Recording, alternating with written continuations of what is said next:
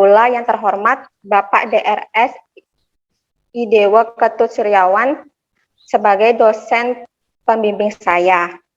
Terima kasih atas kesempatannya kepada saya untuk melaksanakan ujian proposal pada siang hari ini. Izinkan saya memperkenalkan diri. Nama saya Anissa Dara Melanova dengan NPM 1822121.024. Pada hari ini, Senin tanggal 13 September 2021, saya akan menjelaskan serta mempresentasikan proposal saya yang berjudul Kualitas Pelayanan Angkutan Umum Transmetro Dewata Koridor 1, Terminal Persiapan Sentra Parkir.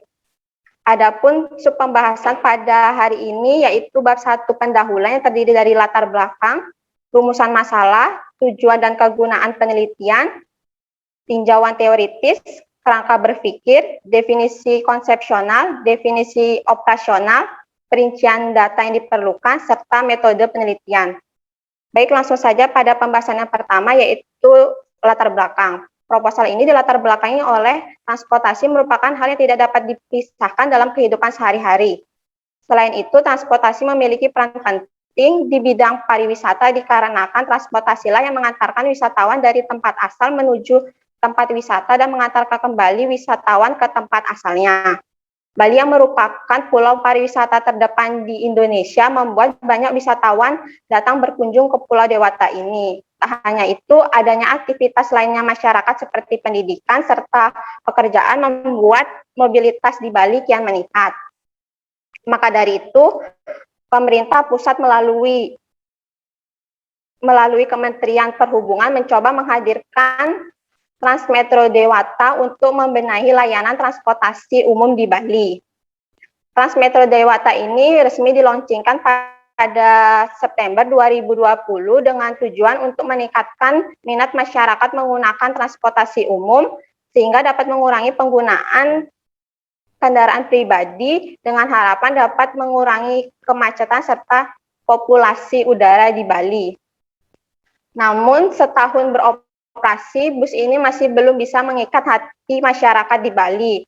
Dan masih adanya persepsi negatif yang dilontarkan di komentar akun resmi @transmetrodewata dan @transmetrodewata koridor 1, di mana dapat dilihat dari komentar tersebut banyak yang mengeluhkan mengenai pelaksanaan pelayanan yang diberikan oleh angkutan umum Transmetro Dewata yang khususnya didominasi oleh koridor 1, di mana koridor 1 ini merupakan proyek terpanjang dari program Transmetro Dewata.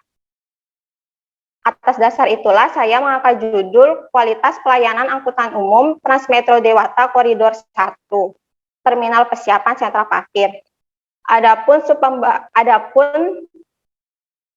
rumusan masalah pada penelitian ini yang pertama, bagaimana kualitas pelayanan pada angkutan umum Transmetro Dewata Koridor 1. Yang kedua, apa saja faktor yang mempengaruhi dari pelayanan angkutan umum Transmetro Dewata Koridor 1.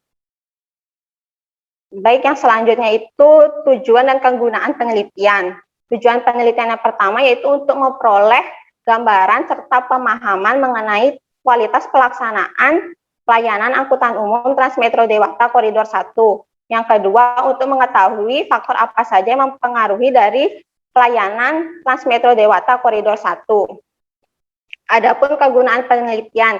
Yang pertama, bagi peneliti untuk mengaplikasikan ilmu yang telah didapat di bangku kuliah dengan kenyataan yang ada di lapangan. Yang kedua, bagi FISIP Universitas Warmadewa, yaitu sebagai bahan pertimbangan serta referensi penelitian selanjutnya.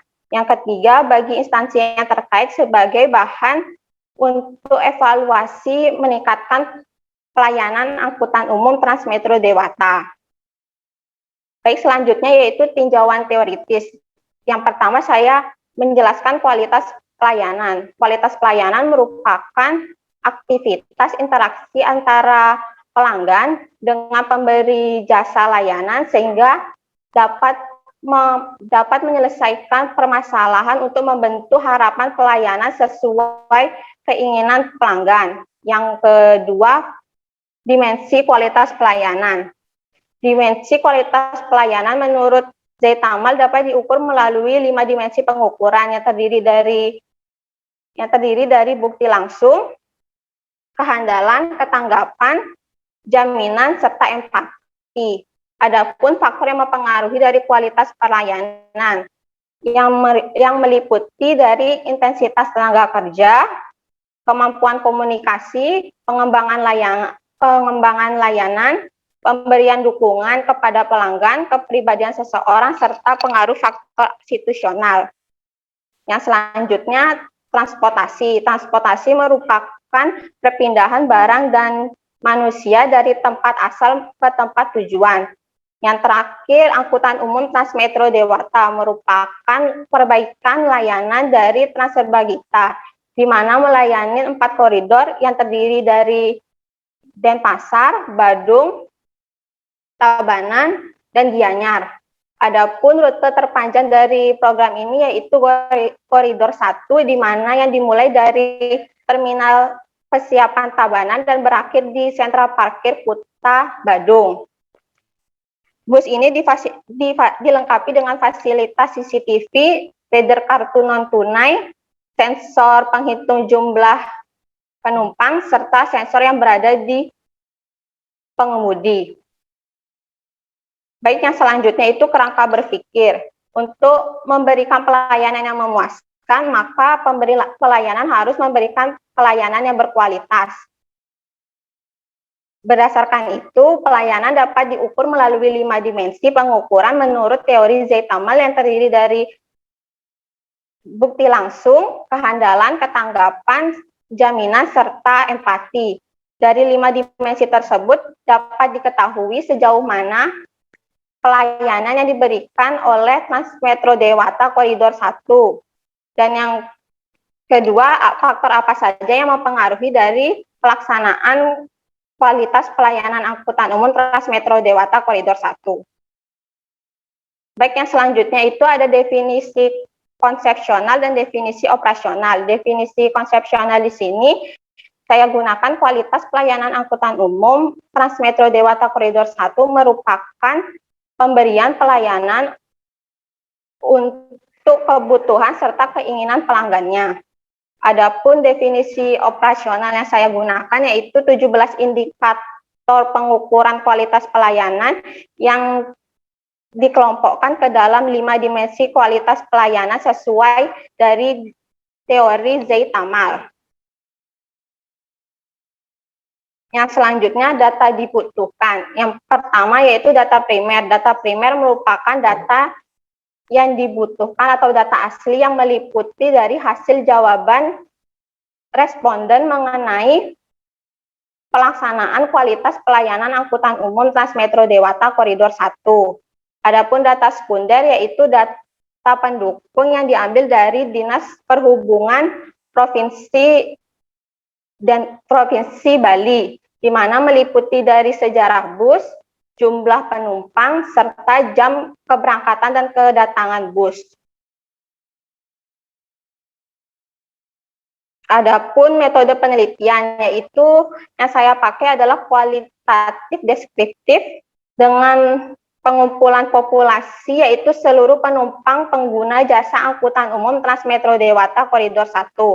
Adapun sampel yang saya gunakan yaitu menurut rumusan dari Webison yang dimana dapat diambil 100 responden dengan pengambilan sampel menggunakan teknis sampling indensintal, yaitu siapa saja yang menggunakan jasa angkutan umum Transmetro Dewata Koridor 1. Adapun teknik pengambilan data di sini yaitu menggunakan observasi, kuesioner, dokumentasi. Dan yang terakhir yaitu teknik analisis data. Yang pertama penentuan skor, yang kedua statistik deskriptif, yang terakhir yaitu redukasi, penyajian data, serta penarikan kesimpulan. Baik, sekian presentasi saya. Waktu dan tempat saya persembahkan kepada dosen serta Bapak pembimbing.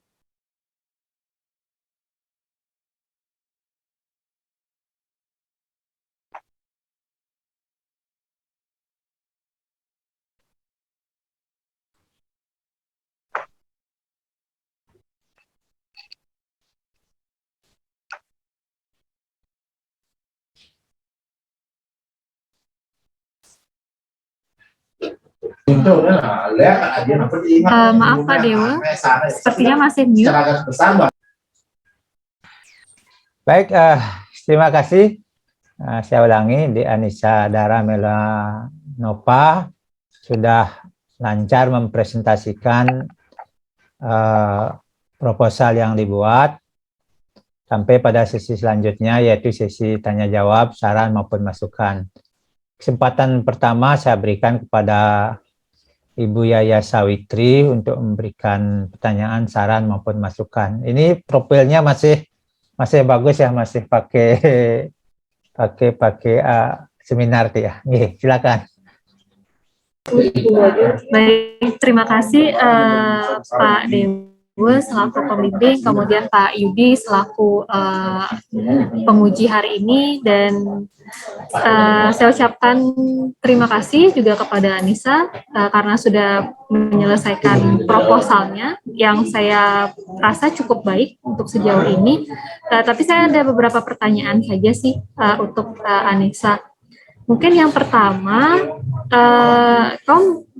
tadi kayaknya saya dengar untuk metode pengumpulan data, kamu menggunakan metode apa?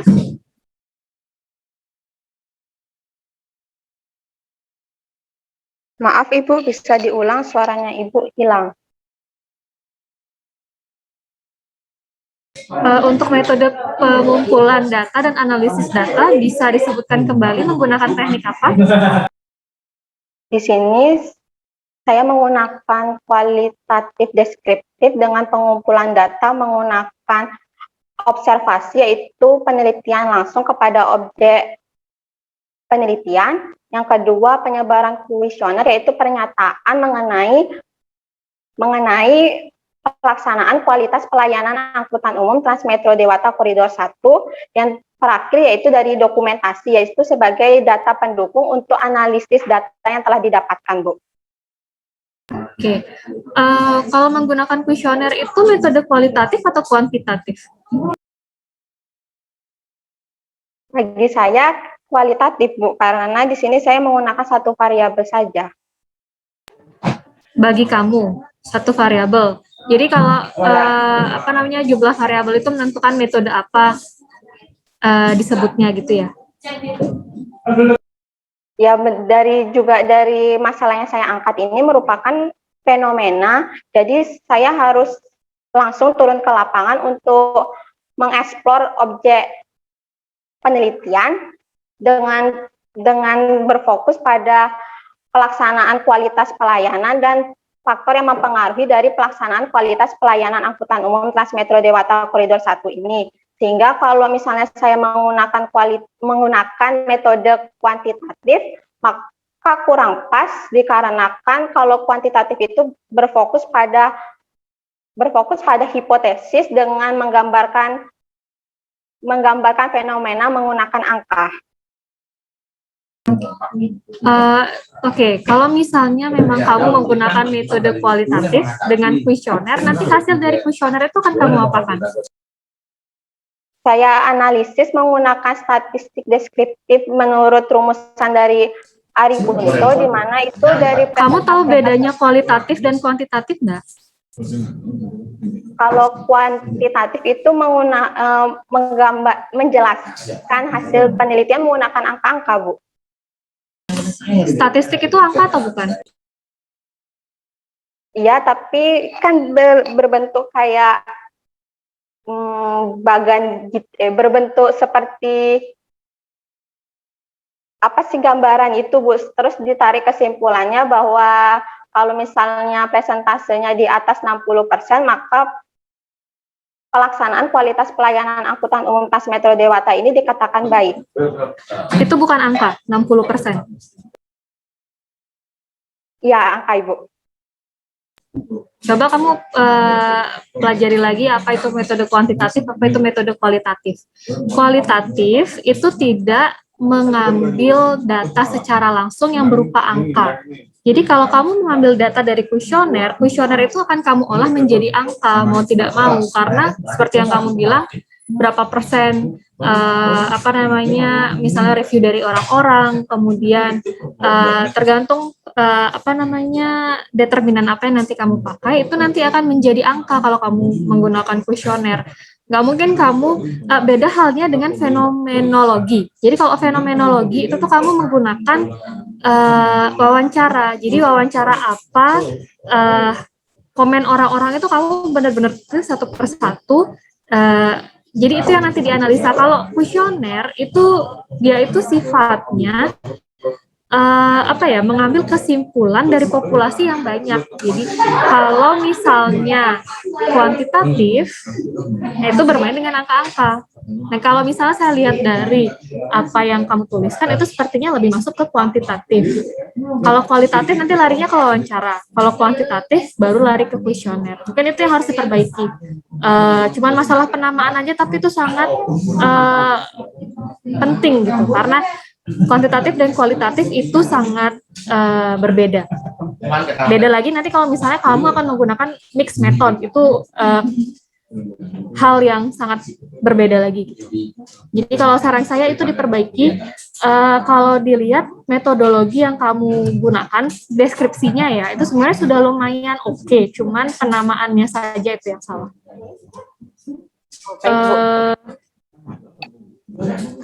Lalu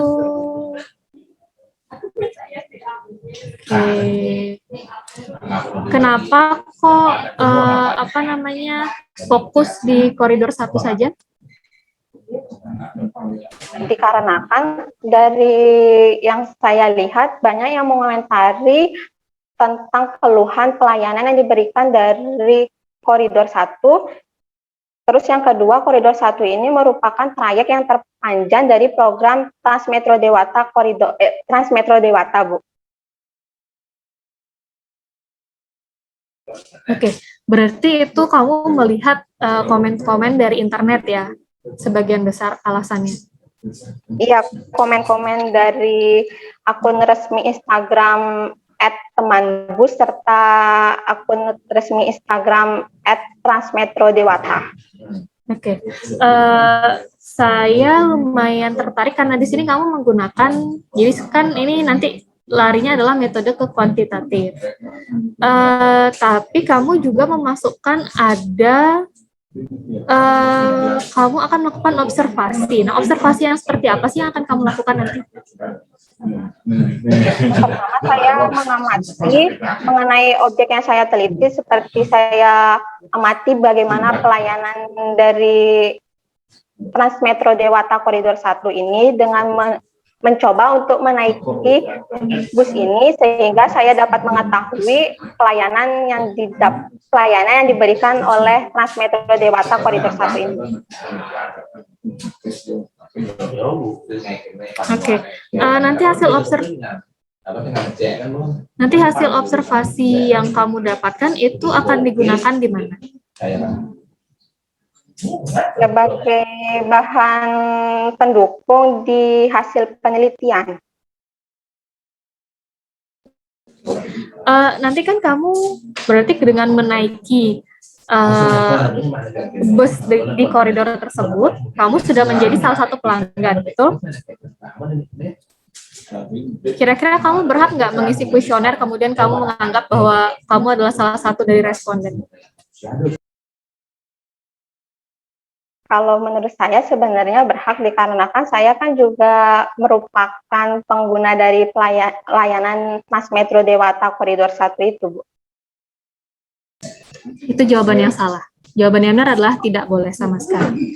Karena kamu memposisikan diri nanti adalah sebagai peneliti. Dan salah satu hal penting yang harus dijaga oleh peneliti itu adalah non-bias. Jadi kamu tidak boleh ada bias sama sekali. Misalnya, kamu mendapatkan pengalaman yang tidak baik dengan saat kamu menaiki bus tersebut. Tapi kamu kemudian menggunakan pengalaman yang kamu miliki untuk mentranslate hasil yang kamu dapatkan. Jadi misalnya, kamu mendapatkan hasil kuesioner ternyata lebih dari 50% orang itu puas. Tapi karena kamu sendiri memiliki pengalaman negatif, kemudian kamu berusaha untuk menggiring penjelasan dalam skripsi kamu nanti menjadi ke arah yang negatif. Nah, hal seperti itu sebenarnya tidak disarankan. Jadi, saran saya adalah nanti ketika kamu melakukan penelitian dengan observasi tersebut, itu bisa menjadi data pendukung dari sisi deskripsi.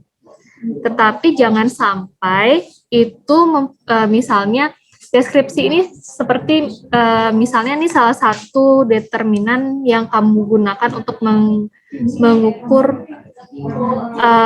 salah satu indikator dalam mengukur kualitas pelayanan. Kamu bilang ini bukti fisik, fasilitas fisik, bus, dan lain sebagainya. Kamu tetap menanyakan hal tersebut melalui kuesioner. Kemudian hasil observasi yang kamu lakukan itu lebih kepada menambah penjelasan seperti fasilitas fisik bus yang bagus ini seperti apa sih bentukannya gitu. Jadi bukan fasilitas fisik bus oke atau tidak berdasarkan apa yang kamu lihat saja, tapi tetap harus berdasarkan kuesioner yang kamu lakukan. Karena itu kan yang utama ya di sini sepertinya. Ya, oke. Ibu.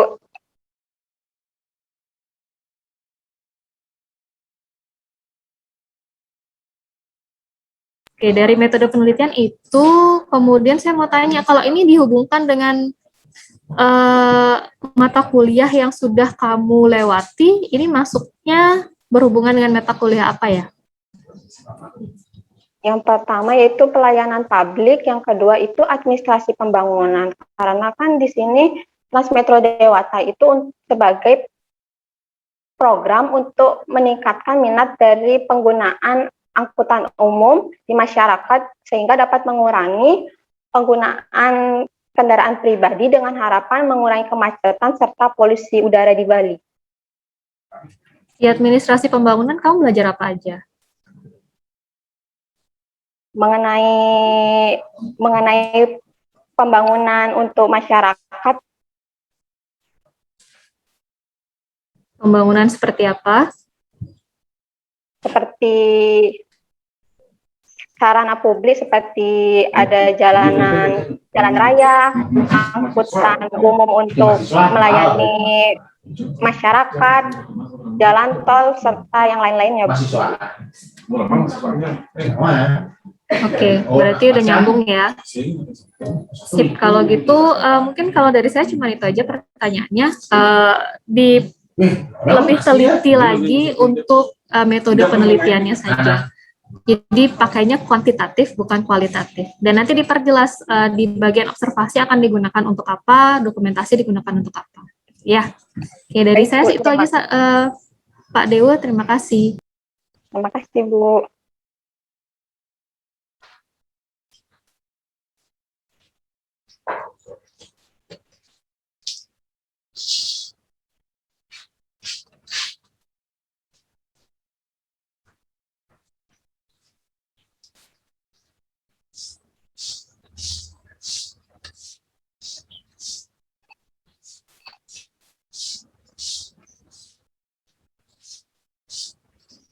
Pak Dewa, audionya masih off. Terima kasih Pak Yudi. Terima kasih Di Anissa sudah tadi menjawab.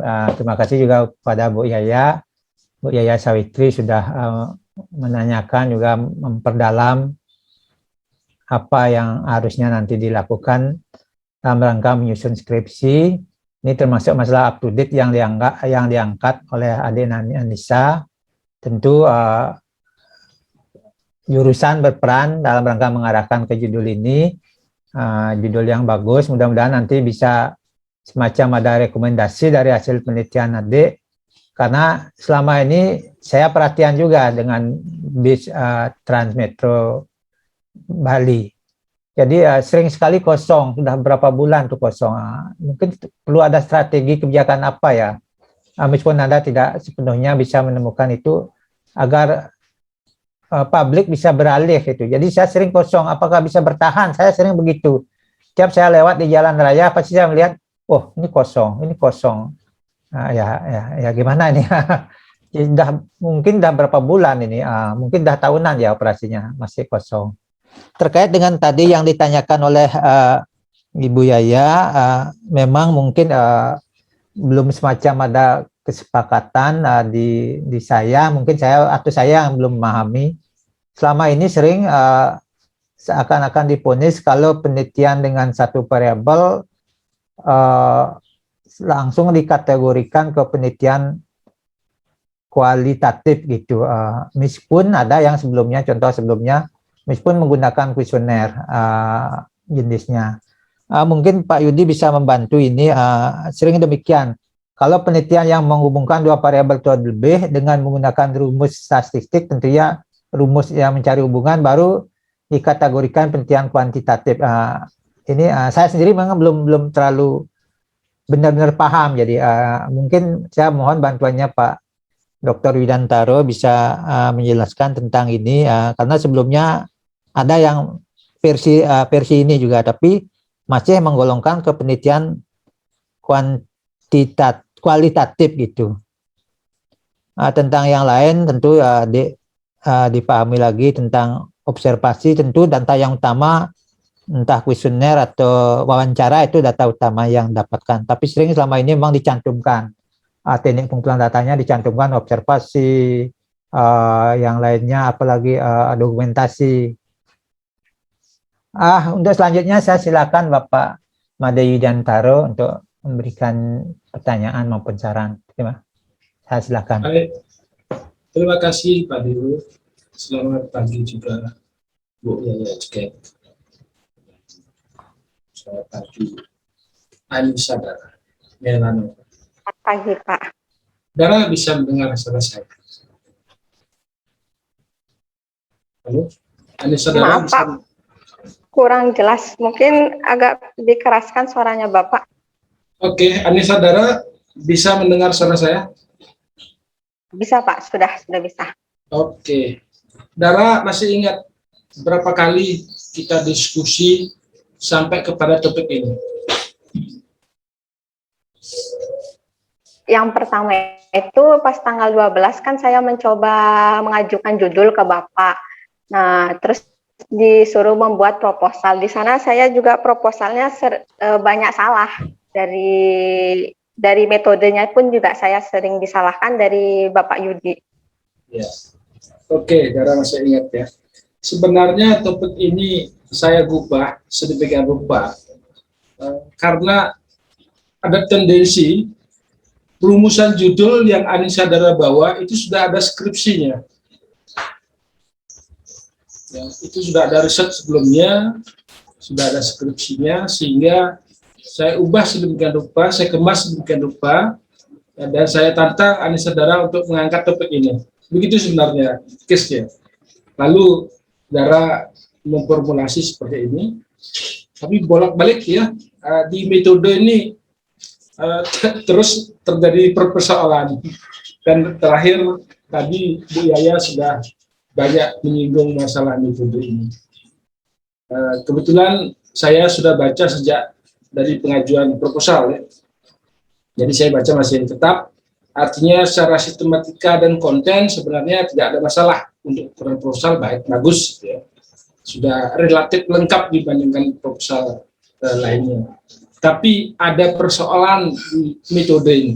Ya, di metode ini. Saya juga tidak ahli sekali soal metode. Tapi saya akan jelaskan ke Dara seperti ini.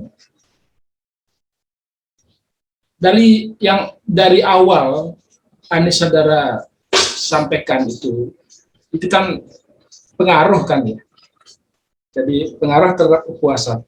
Jadi tendensinya menurut pemahaman saya itu adalah survei kepuasan pelanggan. Jadi ya survei kepuasan pelanggan. Dan kemudian ini menginspirasi Dara untuk mencoba memasukkan ke dalam proposal sehingga ada 13 indikator kalau tidak salah, lalu dibuat kuesionernya gitu ya. Kemudian lupa mempelajari secara lebih dalam metodologinya, yang mana kuantitatif dan mana kualitatif gitu. Ya begitu ya Dara ya. Nah akhirnya menjadilah model proposal seperti ini yang dalam tanda kutip sebenarnya aneh gitu ya.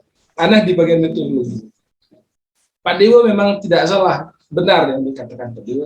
tapi tentu dengan beberapa catatan. Yang pertama, Dara, sebenarnya Ya. Dara itu pingin penelitian kualitatif apa kuantitatif? Karena dari awal saya arahkan skripsinya ini ngambang terus. Jangan berpedoman kepada contoh yang ada dulu, murni dari Dara dulu. Saya tahu contoh yang Dara pakai itu survei kepuasan pelanggan. Jadi apa dulu? Lebih menguasai kuantitatif apa kualitatif itu dulu? Sejujurnya saya ingin menggunakan metode kualitatif, Pak. Kalau kualitatif, maka harus konsisten. Dari metodologinya itu harus konsisten. Yang pertama, sederhananya begini ya. Metode itu kan prosedur pemecahan masalah. Penelitian itu bertolak dari masalah, kemudian masalah ini ingin dipecahkan, gitu ya. Nah, karena ingin dipecahkan masalah ini, kemudian disusunlah serangkaian langkah-langkah, step-stepnya. Kita namakan teknik, lebih operasional dari metode. Jadi teknik pengumpulan data, sebutkan apa saja yang dipakai. Kemudian teknik, kalau di kualitatif, kita di Prodian ini sudah sepakat, sudah belasan tahun silam mungkin, sudah sepakat kalau tidak menggunakan populasi dan sampel, tapi kita menggunakan satuan kajian dan unit analisis. Satuan kajian dipadankan dengan populasi di penelitian kuantitatif, dan unit analisis dipadankan dengan sampel di penelitian kuantitatif. Nah, dari situ dulu, dari istilah ini dulu. Jadi di sini sudah jelas Dara memakai populasi dan sampel. Itu sudah indikasi kuantitatifnya kuat, gitu ya. Jadi itu dulu ganti, satuan kajiannya itu apa, lalu unit analisis itu apa. Unit analisis ini terkait dengan sampling, penentuan sampel. Nah, cara menentukan sampel, Dara lagi ambil dari kuantitatif, dari statistik deskriptif ya, sekian persennya. Jadi itu mengambil di kuantitatif. Tidak salah kalau misalnya Dara menggabungkan dua metode sekaligus dengan nama kuantitatif. Jadi kuantitatif setengahnya, kualitatif setengahnya. Tidak apa-apa, asal konsisten. Nah, saya jelaskan lebih lanjut. Jadi di unit analisis ini, kita di kualitatif juga mengambil sampel. Mendekati teknik pengambilan sampel di kuantitatif yang disebut purposive sampling. Sebab apa? Sumber data kita adalah informan.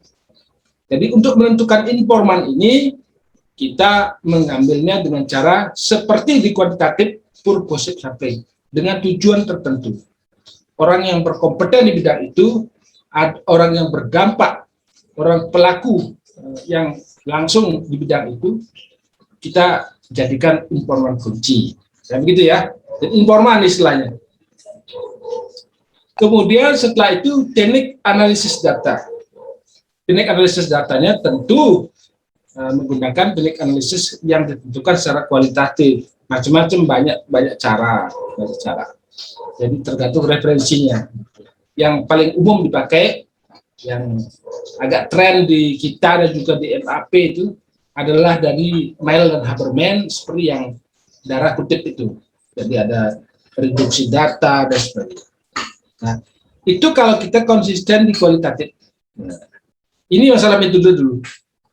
Nah, sekarang kembali ke depan apa yang dikatakan oleh Pak Deus Surawan tadi, kalau variabel tunggal cenderung diponis sebagai penelitian kualitatif, padahal belum tentu demikian. Sebenarnya kita bedakan dulu antara judul dan topik ya, Dara. Judul itu adalah sebuah kemasan. Sebuah kemasan yang diharapkan dari judul itu tercermin secara garis besar apa yang hendak diteliti. Tapi seringkali juga judul itu dikemas sedemikian rupa agar menarik. Misalnya begini. Walaupun ini tidak lazim, tapi tidak salah. Misalnya begini. Kualitas kualitas apa namanya ini pelayanan Kualitas. publik transportasi apa. Mungkin ada subjudul, ya, ada subjudulnya. Studi ini adalah tentang pengaruh apa namanya, pengaruh pelayanan atau komunikasi driver, misalnya begitu ya, driver trans terhadap pelanggan. Jadi metodenya nanti adalah menguji hubungan antara bagaimana seorang driver berperilaku kepada pelanggannya. Itu bisa kuantitatif, padahal judulnya setengahnya saja. Nah, itu bisa disiasati seperti itu. Makanya perlu ada subjudul. Kemudian lagi, cukup ditulis judulnya kualitas pelayanan publik. Itu aja. Dalam subjudulnya, suatu studi tentang bagaimana budaya organisasi berpengaruh terhadap kinerja pelayanan publik di trans ini. Nah, begitu. Otomatis itu adalah penelitian kuantitatif karena akan melihat pengaruhnya, gitu misalnya, dengan diuji dengan statistik. Tapi bisa juga dia menjadi kuantitatif tanpa harus menghubungkan satu variabel dengan variabel lain. Misalnya begini. Ini penelitian psikologi ya sebenarnya. Persepsi kualitas pelayanan publik. Tapi yang diteliti adalah hasil survei terhadap pelayanan yang diberikan oleh Trans Dewata itu. Berupa apa? Angket. Jadi sebarkan kuesioner kepada pelanggan-pelanggan, kemudian lalu dianalisis secara statistik, didapatkan bahwa 80% pelanggan tidak puas.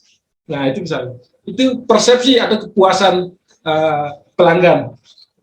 Tapi itu sendiri saya saring ketika mengajukan proposal, saya kategorikan masalah persepsi itu bukan urusan administrasi publik. Itu urusan psikologi, ya.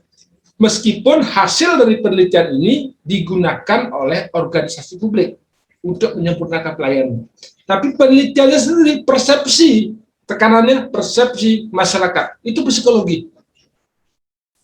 Ya, makanya saya betul-betul saring di sana agar betul-betul lurus topik administrasi publik. Nah, ini judul.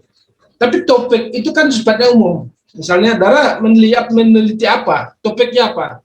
Ini loh Pak, masalah transportasi. Nah, itu topik namanya. Transportasi apa itu? Transjakarta. Loh, ini kan swasta bisnis. Oh bukan Pak, ini punya Departemen Perhubungan. Dan Departemen Perhubungan adalah organisasi publik, kan itu ya. Jadi berbeda dengan pelayanan angkot yang milik swasta. Ya, Dara? Ya, Pak. Ya, ini karena transport ini disediakan oleh Departemen Perhubungan. Ya. Jadi dia adalah pelayanan publik yang dilakukan oleh Departemen Perhubungan, begitu ya, yang kemudian mempunyai transportasi dengan biaya yang hebat dan sebagainya. Nah, kira-kira kurang lebih begitu. Maka saya tanyakan tadi, yang Dara lebih kuasa itu sebenarnya metode yang mana? Nanti kita bisa arahkan sistematikanya ke arah itu.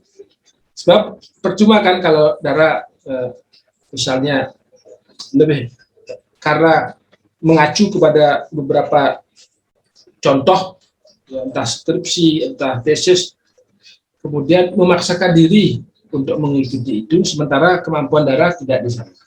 Jadi kalau ingin kualitatif, ya konsisten lah kualitatif. Kalau kuantitatif, konsisten di kuantitatif. Tapi jelaskan itu dalam metodologi. Kemudian yang kedua, tolong diperbaiki nanti pada bagian latar belakang masalah. Kalau iya, Pak. intinya sudah bagus loh. Begini, Dara kan mengatakan banyak ada hal negatif ya, masukan negatif tentang transport ini, layanan transport ini. Kemudian dicontohkan di sana menyusun tabel yang berisi komentar-komentar pengguna, gitu ya. Maaf Pak, suaranya Bapak macet-macet. Oke. Oke, di latar belakang ya, Dara. Saya baca di sini ada, bisa dengar suara saya? Bisa Pak, sudah. Kan ada tabel di sini tentang masukan negatif gitu ya, negatif yang apa namanya bisa dipakai contoh bahwa pelayanan trans ini kurang baik gitu ya, ada keluhan gitu ya. Kalau saya simak ini, sebenarnya makna masukan negatif ini begini, coba baca pelan-pelan. Itu kan masukan ya, bukan komentar negatif, masukan itu. Iya Pak. Ya, coba baca pelan-pelan. Itu masukan itu, bukan hal negatif. Hanya sebagian ada yang negatif memang. Kemudian misalnya ini ya, Dara. Di aplikasi teman bus tidak tertera jam kedatangan dan keberangkatan. Nah, itu kan masukan bahwa perlu ada dilengkapi jam keberangkatan kedatangan. Jadi bukan negatif itu ya, bagus itu ya, memberi masukan masyarakat, artinya ingin memiliki kan masyarakat itu gitu, ingin memiliki agar lebih baik. Kemudian lagi, nah kalau ini sopir bus kebanyakan ngebut, nah kalau ini mungkin peringatan ya, jangan ngebut begitu ya, bisa dikategorikan negatif. Kurang tidak adanya pembayaran tiket tunai karena tidak semua orang punya e-money. Itu masukan itu. Ya. Jadi tolong dong pembayarannya bersifat multi gitu ya, beragam. Jadi tidak harus e-money saja gitu misalnya. Masukan biasa. Kurang adanya tempat nyaman untuk menunggu seperti tempat duduk di area keberangkatan. Mungkin halte busnya kurang begitu bagus.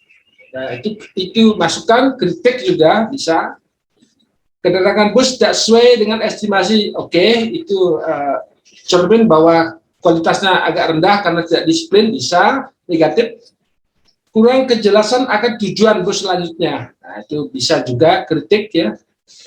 Tidak ada balasan saat mencoba meminta informasi di call center. Itu call centernya sendiri kurang melayani, kurang cepat tanggap gitu ya.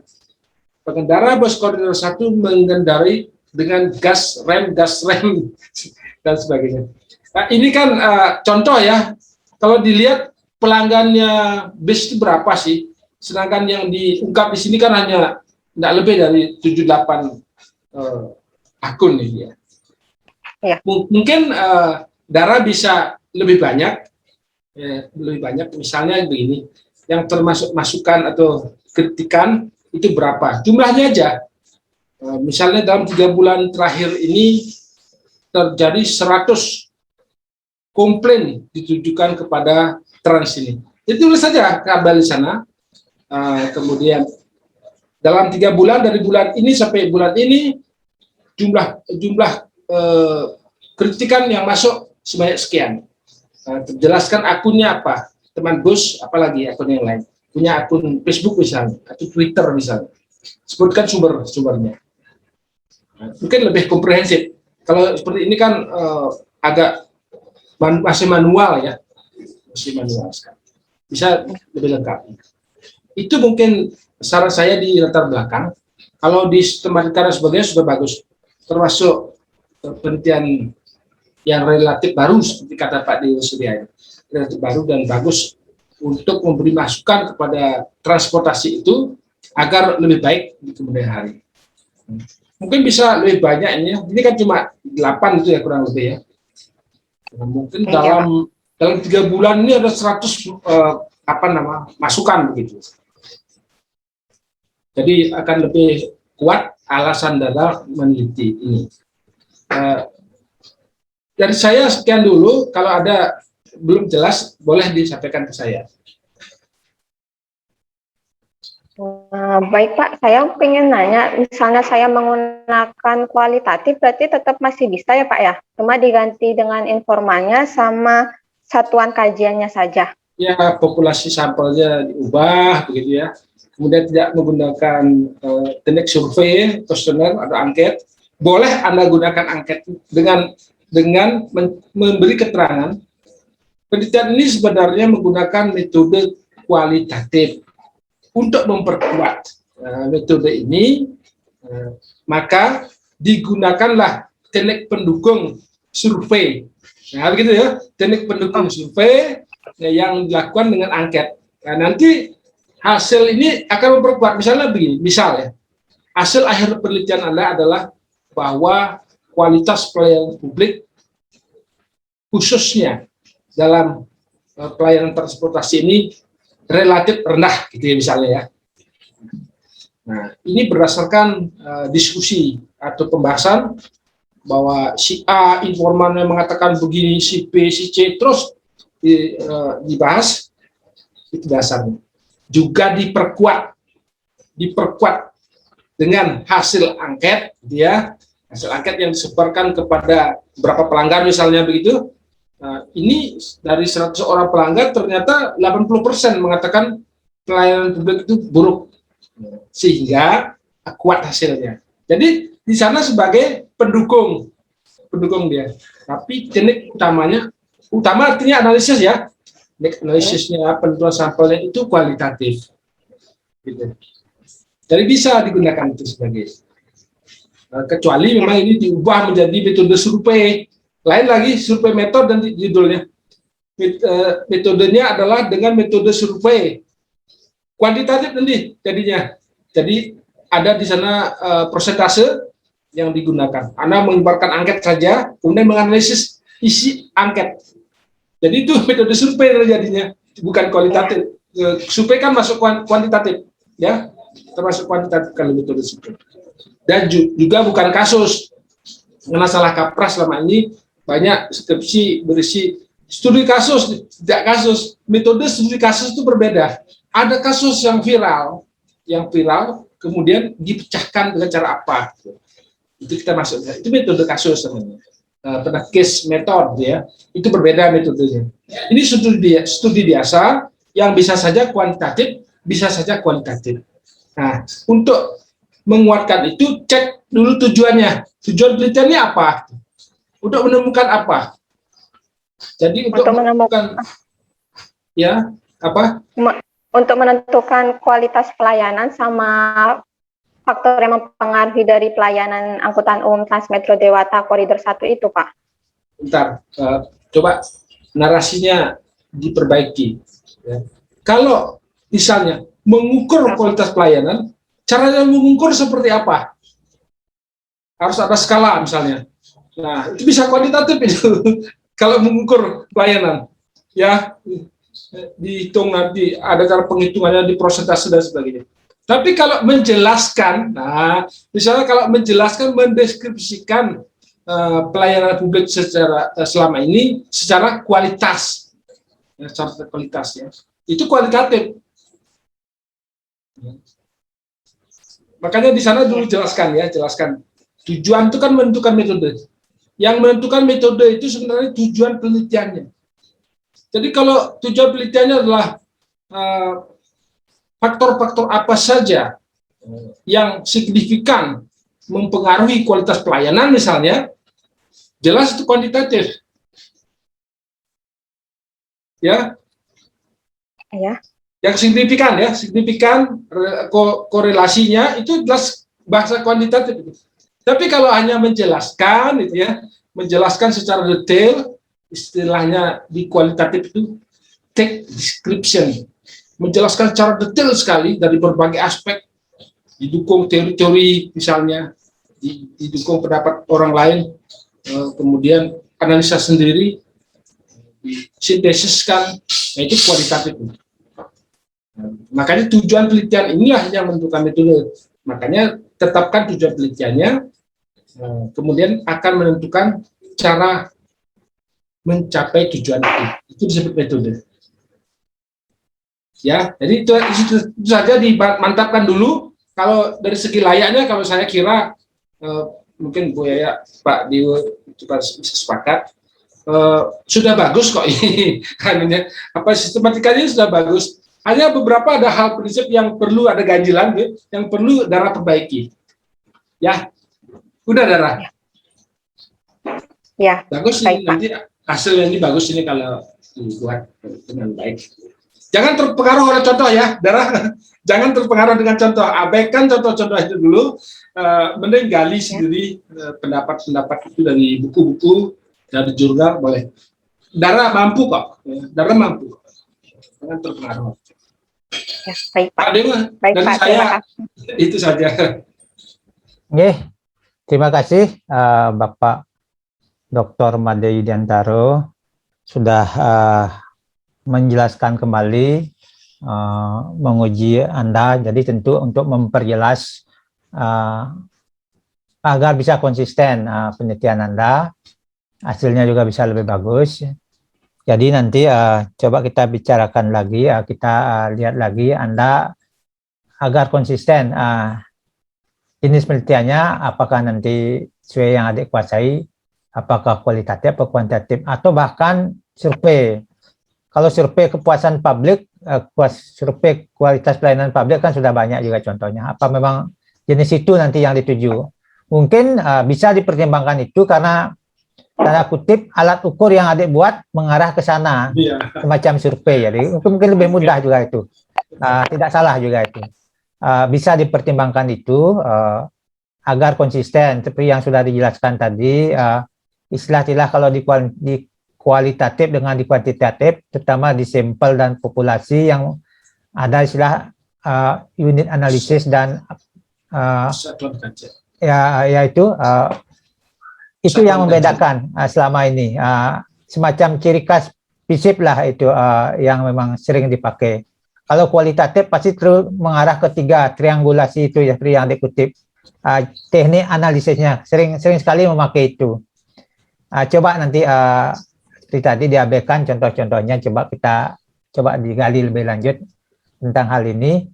Baik, dengan demikian tentu juga di latar belakang coba diperbaiki lagi biar tidak tendensinya langsung memvonis mengatakan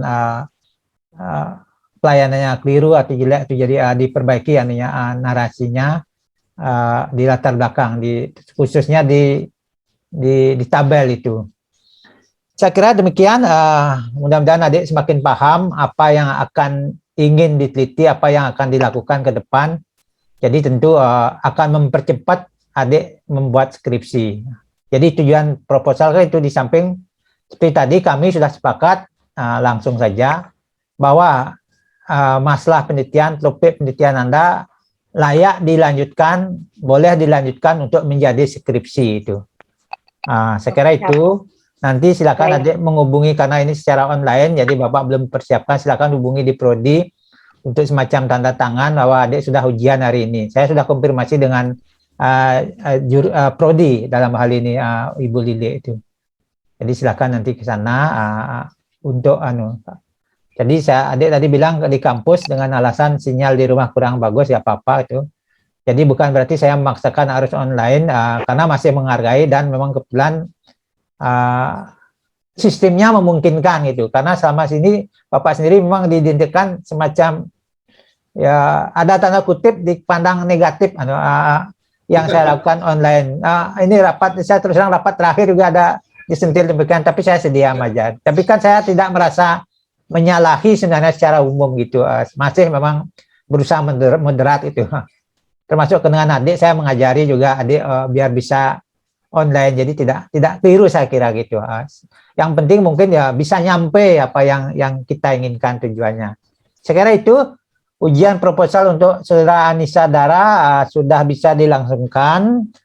Selamat, tentu selamat untuk berjuang kembali agar bisa membuat skripsi secepatnya. Terima kasih Pak Dr. Made Yudiantaro. Bu Yaya tadi kemudian sudah permisi karena ada acara yang mendesak, jadi yang memang masih statusnya isoman saya dia. Dan sidang ujian untuk proposal saya nyatakan sudah ditutup, sudah berakhir dengan ucapan selamat sekali lagi. Terima kasih. Terima kasih. Ya, baik, terima kasih kepada Bapak dosen yang telah hadir di ujian proposal saya ini. Maaf apabila ada perkataan yang salah. Saya tutup dengan Rama Santi. Om Santi, Santi, Santi, Santi. Terima kasih Pak. Semangat Dara ya, bisa ya. Bisa.